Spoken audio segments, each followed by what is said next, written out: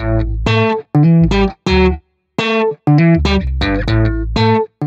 August स्वातंत्र्य दिनाच्या सर्वांना खूप खूप शुभेच्छा। नमस्कार, रसस्वादम किचनमध्ये आपणा सर्वांचं खूप खूप स्वागत। आज मी 15 ऑगस्ट निमित्त करणार आहे पनीर तिरंगा, म्हणजे पनीरच्या वड्या। चला तर मग बघूया कशा करायच्या ते। त्यासाठी आपल्याला लागणारे साहित्य म्हणजे 1 पाव पनीर आहे, त्याच्यानंतर हा माझा 250 ml चा कप आहे।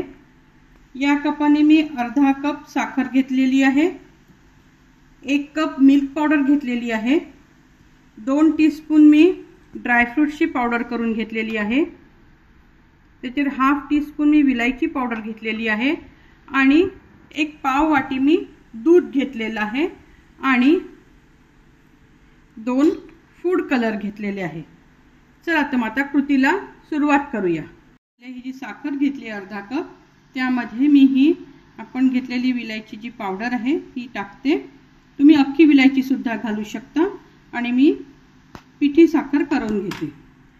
हे पहा, ही आता आपली पिठी साखर तयार आहे। यातच मी आता हे पनीर ॲड करते। हे आता मी मिक्सरमधून फिरवून घेते। हे पहा, ही आता आपली अशी पेस्ट तयार झाली आहे। यात आपण ही 1 कप जी मिल्क पावडर घेतली होती ती टाकणार आहे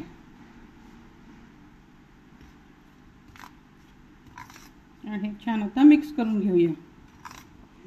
आणि मिक्स करतानाच हे ड्रायफ्रूट्सची जी पूड आहे ती पण मी आताच घालते।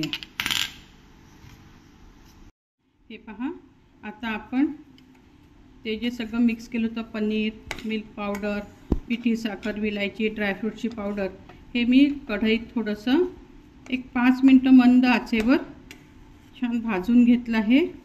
आता त्याचा घट्ट गोळा बनतो आहे। असं केल्यामुळे काय मिठाई जास्त दिवस पण टिकते। आणि आता हे थोडंसं थंड करून घेते, म्हणजे मग आपल्याला त्याचे गोळे करता येतील। हे पहा, आता हे छान थंड झालंय। त्याचा पहा किती छान गोळा तयार झालेला आहे। याला कधी कधी काय होतं, जास्त वेळ आपण ठेवून दिलं आणि क्रॅक्स पडल्या तर मग थोडासा दुधाचा हात घेण्याची गरज पडते, नाहीतर मग बिना दुधाचं देखील हे छान मळल्या जातं।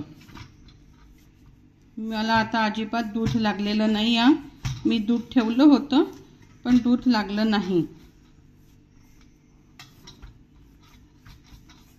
हे पहा, आता याचे आपल्याला 3 समप्रमाणात गोळे करून घ्यायचेत।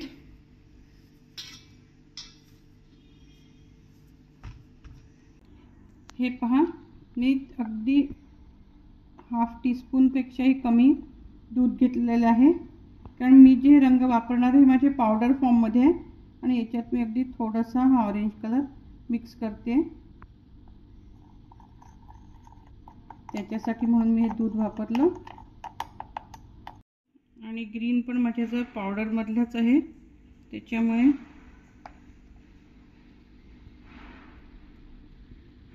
तो पण मी या दुधात मिक्स करून घेते। हे पहा, आता मी या गोळ्यात हा रंग मिक्स करते।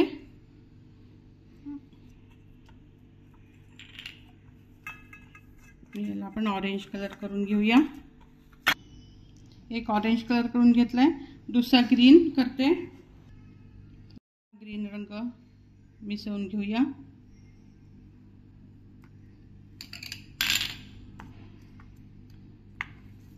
आता आपण ऑरेंज कलरचा जो गोळा आहे तो बटर पेपरवर ठेवून घेतलाय। या ऑरेंज याच्यावर आपण दुसरा बटर पेपर ठेवून पोळी लाटून घेऊया। हाताने पण करू शकतो, लाटूनही करू शकतो।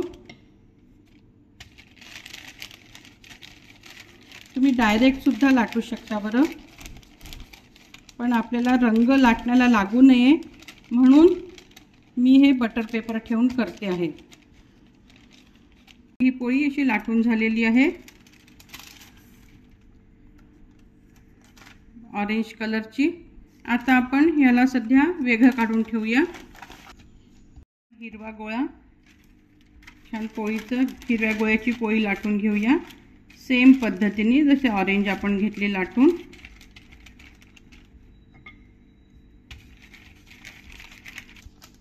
हे बघा आपली ग्रीन पोळी पण छान लाटून झालेली आहे।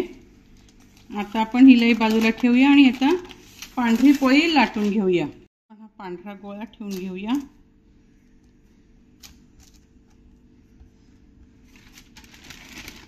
त्याच्यावर परत दुसरा बटर पेपर आणि परत सेम लाटून घेऊया। ज्या 2 पोळ्या आपण ज्या पद्धतीने लाटल्या त्याच पद्धतीने। हे बघा आता आपली पांढरी पोळी पण तयार झाली आहे। आता आपल्याला हे 3 पोळ्या 3 रंगाच्या एकमेकांवर ठेवायच्या आहेत। हा ऑरेंज कलर,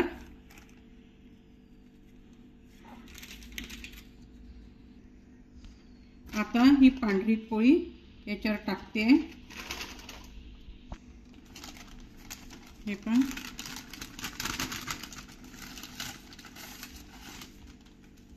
आणि ह्याच्यावर आता आपल्याला हिरवी पोळी टाकायची आहे। आता आपण ही हिरवी पोळी याच्यावर ठेवून दिली आहे आणि हा बटर पेपर काढला की अगदी सहज निघतं आणि हे 3ही बटर पेपर आपल्याला नंतर केव्हाही कामात येऊ शकतात, वाया जात नाही। आता आपल्याला या तिघांवरही एक थोडंसं लाटणं फिरवून घ्यायचं एक बटर पेपर ठेवून। आता काय होतं, पोळी लाटली तरी थोडी कमी जास्त होऊ शकते, म्हणून सगळीकडनं काठ आपण असे हाताने सारखे करून घ्यायचे।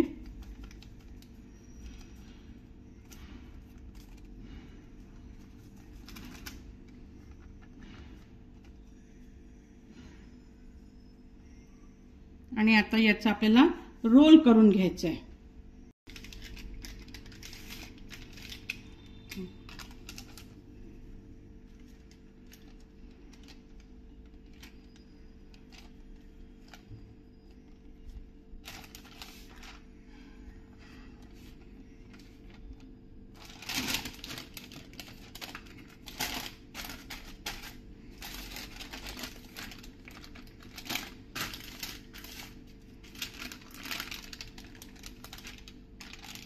हे पहा आता आपला असा हा रोल तयार झाला आहे। आपण याला परत उलटा करून घेऊ, म्हणजे तो छान सगळीकडनं सारखा रोल फिरवून घेऊया।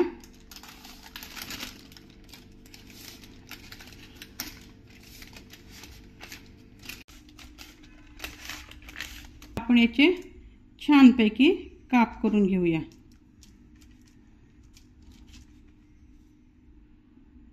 तुम्हाला जाड पातळ कसे हवे ते तुम्ही करून घेऊ शकता।